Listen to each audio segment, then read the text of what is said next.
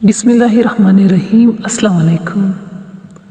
अल्लाह ताला ने जब नमाज का हुक्म नाजिल किया तो शैतान ने एक दर्दनाक चीख मारी। इसकी आवाज़ सुनकर इसका सारा लश्कर इसके पास जमा हो गया। शैतान ने परेशानी के आलम में इनसे नमाज फ़र्ज होने का जिक्र किया। शैतान ने कहा, जहाँ तक तुमसे हो सके लोगों को तुम नमाज के औकात से रोको और किसी ऐसे धंधे में इन्हें मशगूल रखो जिससे इन्हें नमाज पढ़ने की फुर्सत ही ना मिले। शयातीन बोले, और अगर हमसे ऐसा ना हो सके तो फिर? शैतान ने कहा, तो फिर यूं करो कि जब कोई शख्स नमाज पढ़ने के लिए खड़ा हो तो तुम में से 4 शैतान इसके गिर्द खड़े हो जाए।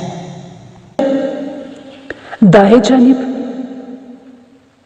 खड़ा होने वाला यूं कहे कि जरा अपनी दाएं जानिब देख, और बाएं तरफ खड़ा होने वाला यूं कहे कि जरा अपनी बाएं जानिब देख।